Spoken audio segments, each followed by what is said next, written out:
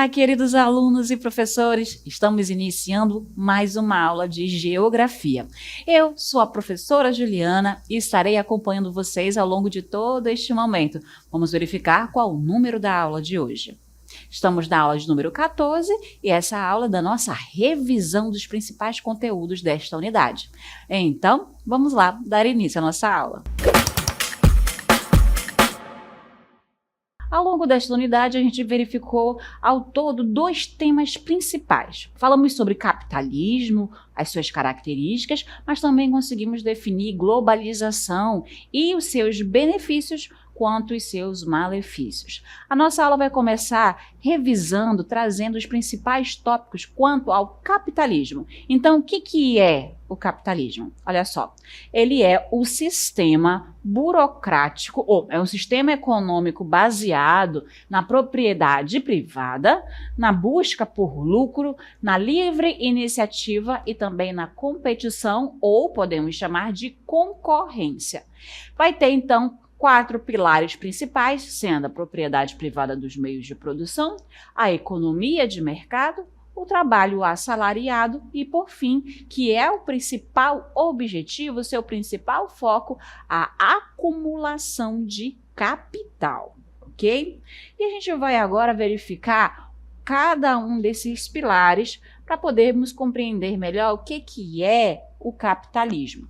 Então, olha só. O capitalismo, eu trago para vocês a primeira característica sendo propriedade privada dos meios de produção.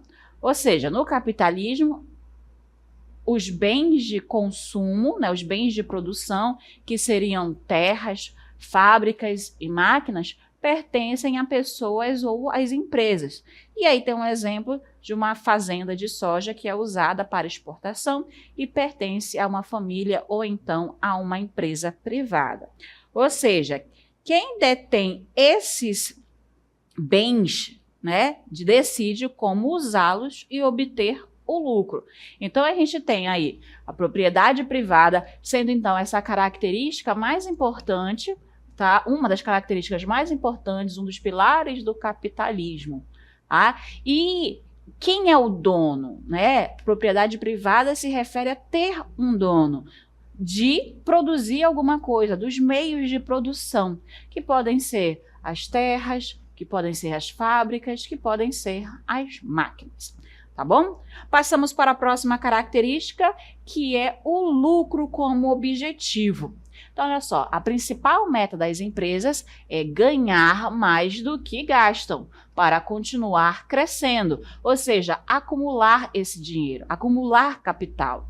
Uma indústria de roupas vende seus produtos por um valor superior ao custo de produção para gerar retorno financeiro. E esse retorno financeiro é reinvestido. E o que ocorre? Ampliando a produção e os lucros. E esse movimento acaba sendo o motor do capitalismo. Na sequência, a gente tem a historinha, em quadrinhos de 2 fazendeiros a respeito da ideia da propriedade privada e do lucro, aonde a gente tem o primeiro fazendeiro que tem essa ideia de que com essa terra ele poderá alimentar muitas pessoas. Mas temos o seu vizinho que tem uma ideia, tem um pensamento diferente. Ou podemos cercá-la e vender os alimentos por um bom preço. Na sequência, o primeiro fazendeiro pergunta, mas e quem não pode pagar? E aí tem a resposta irônica do nosso vizinho, Bem-vindo ao capitalismo. O que a gente pode, então, retirar dessa história? Que elas vão reforçar como o sistema é baseado na lógica da propriedade privada na geração de lucro. Isso pode parecer simples, mas é o princípio que está por trás de toda a dinâmica capitalista. É uma estrutura que estimula a inovação, mas também gera competição constante. Então, aí eles têm uma propriedade privada, um meio de produção, e eles podem fazer desse negócio que eles têm, ganhar em cima disso lucro que eles acharem adequado. Passando, a gente volta a falar da seguinte característica: livre concorrência, a competição entre as empresas. A concorrência é natural do capitalismo. As empresas, elas vão disputar os clientes, que são seus consumidores, e vão oferecer para esses clientes o que melhor eles podem, as melhores vantagens para atrair esse mercado consumidor, sendo melhores preços, uma melhor qualidade ou ainda através de promoções. Como exemplo, tem vários aplicativos de entrega que competem com ofertas e frete grátis. Então, as empresas vão disputar essa preferência dos seus consumidores. E como a gente acabou de ver nesse exemplo, os aplicativos disputam clientes através das promoções, de frete grátis e outros atrativos. É a forma que as empresas têm de conquistar espaço no mercado.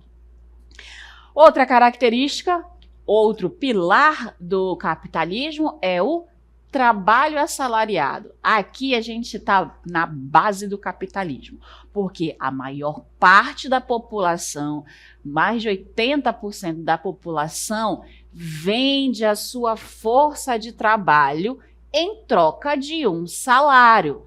Para o capitalismo continuar sobrevivendo, ele precisa de pessoas que gastem, que comprem os produtos. Para essas pessoas comprarem produtos, nem todo mundo é empreendedor, nem todo mundo é dono de um comércio. É preciso, então, trabalhar, é preciso vender a sua força de trabalho, em troca de um recebimento financeiro, em troca desse salário.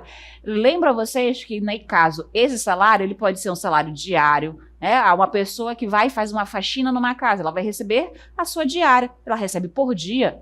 Tem pessoas que trabalham no comércio e recebem por quinzena, mas a grande maioria da população acaba recebendo um salário mensal.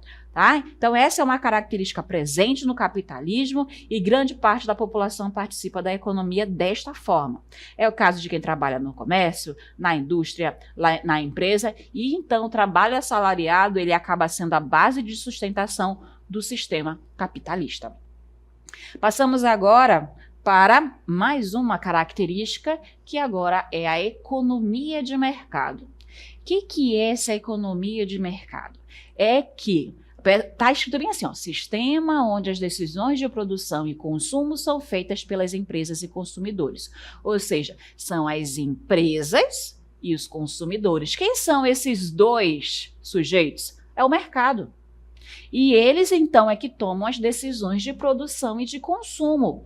Produção relacionada às empresas. As empresas decidem o que produzir, mas é claro que elas não vão produzir qualquer coisa. Elas vão verificar aquilo que falta no mercado. Elas vão tentar atender uma necessidade dos consumidores, obtendo lucro através disso. Já os consumidores é que vão consumir esse produto. Então, a economia de mercado é isso, é que tanto as empresas quanto os consumidores é que tomam as decisões de produção e de consumo. Quanto produzir, o que produzir, para onde enviar a minha produção, como eu vou produzir, ou como eu vou consumir, quanto eu vou consumir de determinado produto, ok?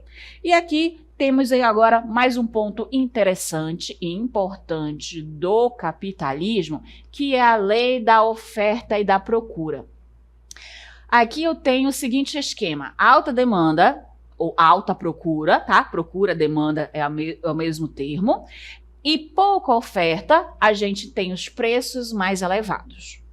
Se eu tenho alta oferta, mas tenho pouca demanda ou pouca procura, os preços caem. Então, quando algo tem muito no mercado, mas poucos querem, ou tem muita procura, mas há pouco daquele produto, os preços sobem. Quando há muito de um determinado produto ou de um serviço, mas poucos procuram por aquilo, os preços caem. O exemplo da Páscoa, os ovos de chocolate ficam mais caros porque todo mundo quer comprar. Mas olha o que é interessante, os ovos de chocolate ficam caros quando? Só na época da Páscoa. Por quê? Porque é interessante, nesse período, você presentear alguém com um ovo de chocolate. Mas acabou a Páscoa. O que seria ainda interessante ter um ovo de Páscoa? A grande maioria da população não vai querer comprar um ovo de Páscoa pós-Páscoa. Então, o que acontece com o valor desse ovo de chocolate pós-Páscoa? Ele fica mais barato, porque quando é o período da Páscoa, há muita demanda por esse produto, então o preço é mais elevado. Passou a Páscoa, poucas pessoas ainda se interessam em comprar esse ovo de chocolate, então há uma pouca demanda. Acho que ficou bem claro, né, dessa forma, a nossa questão do capitalismo. Então aqui a gente tem a última característica do capitalismo, o último pilar para apresentar para vocês, e eu começo a falar agora sobre a globalização. A globalização, trazendo a ideia da conceituação dela a partir da década de 1980, se remetendo ao processo de expansão do sistema capitalista. Então, a gente tem globalização e o sistema capitalista andando juntos. A globalização é uma consequência do sistema capitalista. E os dois juntos permitiram o aprofundamento e também a multiplicação de redes. Então, o mundo passou a estar interligado, o mundo passou a estar integrado, tá? Dessa forma, a gente vai verificando que a globalização é um processo que nasce da própria expansão do capitalismo e as redes econômicas, sociais e tecnológicas se conectam e transformam o mundo em uma espécie de mercado interligado. Aí eu trago vocês para nosso momento, né, de espaço geográfico. A globalização, ela vai fazer com que a gente tenha a ideia de que o mundo, ele foi reduzido. Então, que é possível a gente sair de um lugar e estar em outros ao mesmo tempo por causa da ideia da globalização. Então, através das aulas que ficam disponibilizadas na internet, eu posso sair tranquilamente daqui do estado do Amazonas, mas ir para outro país, outro continente, sem sair fisicamente do estado do Amazonas. Estou no Brasil, estou no Canadá, eu posso assistir a mesma aula com o mesmo tempo de duração lá no continente africano, ou ainda lá na China, lá no continente asiático, ou na Austrália, ou ainda, quem sabe, na Europa. Então, a globalização, ela é um fenômeno resultante da expansão do capitalismo, que promove, então, a integração mundial. Estou integrada nesse exemplo. E ainda vai poder integrar não só pessoas, mas a economia, a cultura, a tecnologia. Esses processos acabam intensificando os trânsitos comerciais, o fluxo de pessoas, dados e mercadorias, conectando, então, o mundo de maneira sem precedentes. A gente verifica também que, embora não se trate de uma redução de distâncias físicas, a globalização cria essa sensação de proximidade. Por quê? Mesmo a distância que eu tenho hoje do estado do Amazonas para qualquer um desses pontos no mapa, eles existem desde o passado.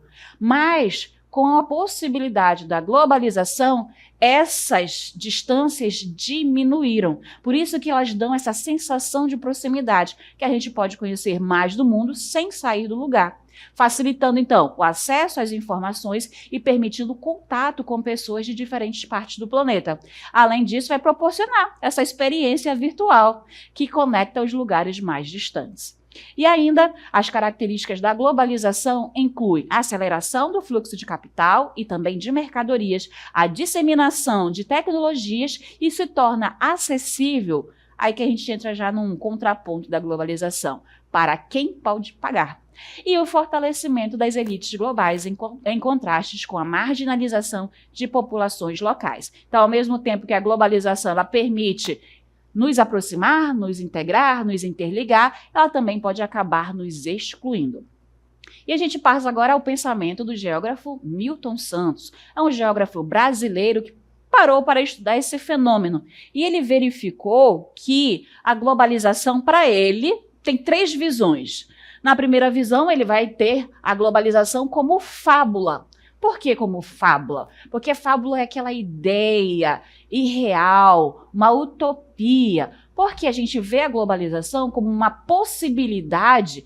Olha essa palavra, desfacelamento. O que é desfacelar? É sumir com ela, é destruir o quê? As fronteiras. As fronteiras, nesse caso, são eliminadas. Olha lá, o desfacelamento das fronteiras. E que dá essa ideia de sermos cidadãos mundiais. Mas isso é uma ideia, é uma fábula, é algo bonito da globalização. Mas ao mesmo tempo que ela passa essa ideia de fábula, ela também se mostra perversa. A globalização como perversidade. A apropriação das técnicas de informação por alguns estados e por algumas empresas aprofundam os processos de desigualdades, porque aqueles países que dominam os processos tecnológicos, possuem uma economia mais desenvolvida, acabam dominando aqueles países que ainda estão em processo de desenvolvimento econômico, afastando do centro aqueles que não têm esse poder de compra e esse desenvolvimento tecnológico, e fazendo com que eles acabam seguindo para as periferias. Mas Milton Santos não só critica a globalização, ele propõe também uma outra geografia. O que seria essa ideia? De usar o que a globalização tem de bom, a tecnologia, a mobilização do mundo, a mobilização das populações do mundo para favorecer as lutas sociais, as lutas ecológicas. Então ele vai unir as pessoas a fim de trazer, né, aquelas populações que estão à margem, para que eles possam sim utilizar esses processos tecnológicos e estarem inseridos nessa globalização. E aí a gente começa a falar justamente desses efeitos positivos e negativos, começando pelos efeitos positivos. Quais são os benefícios da globalização? São muitos os benefícios, né? A possibilidade de você conhecer outros lugares sem sair do lugar, mas ainda a gente verificou ao longo mais recente, durante o período da Covid, as vacinas em massas e são distribuídas e produzidas para diversos países, a possibilidade de estudar online, e também concursos gratuitos. Então, hoje, se você tiver acesso à internet, você pode estudar inúmeras coisas e acabar compreendendo cada vez mais como isso funciona de forma gratuita. E ainda, a internet possibilita empregos em plataformas digitais. Então, você pode trabalhar online. Isso é um benefício. Você pode utilizar, então, de forma positiva a globalização. Mas a gente também percebe, a gente tem que olhar criticamente a globalização, que ela vai fazer com que haja malefícios, desvantagens nesse processo. Por quê? A gente verifica que fábricas estão fechando nos lugares nos países em que não conseguem competir com produtos globais. Esses países, como o Brasil, por exemplo, ele pode importar produtos de outros países. E esses produtos importados acabam sendo mais baratos do que aqueles produzidos aqui. Então, aquelas fábricas acabam fechando. Países ricos acabam fazendo países mais pobres de um lugar para descartar o seu lixo eletrônico. E ainda, essas pessoas que trabalham para essas fábricas globais acabam tendo salários baixos. Então, eles estão inseridos nesse processo de globalização, mas não são beneficiados. E a globalização vai trazer essa característica. Então, desde o começo, quando a gente vai falando da globalização, a gente traz tanto os seus benefícios quanto os seus malefícios. Mas um dos seus principais malefícios é a exclusão digital. E essa exclusão digital, ela não acontece somente localmente. Ela também tem o seu lado global. Como vocês podem perceber, cerca de 2,7 bilhões de pessoas não têm acesso à internet. A internet é aquela internet de qualidade. Então, ou também não tem acesso nenhum, porque não podem acabar não possuindo o meio, ou seja, um computador, um smartphone, que permita se conectar a essa internet e se permita se inserir dentro do processo de globalização. No Brasil, por exemplo, muitas áreas rurais e de periferias têm esse acesso à internet muito lento ou ainda inexistente. A gente pode citar o estado do Amazonas, que às vezes a internet no interior funciona na sede do município, mas quando se vai para as áreas de comunidade, essa internet ou é muito lenta ou ela é inexistente. E ainda, a falta de inclusão digital prejudica educação, emprego e a participação cidadã, porque você está excluído desse processo da globalização. Aqui então finalizamos a nossa revisão.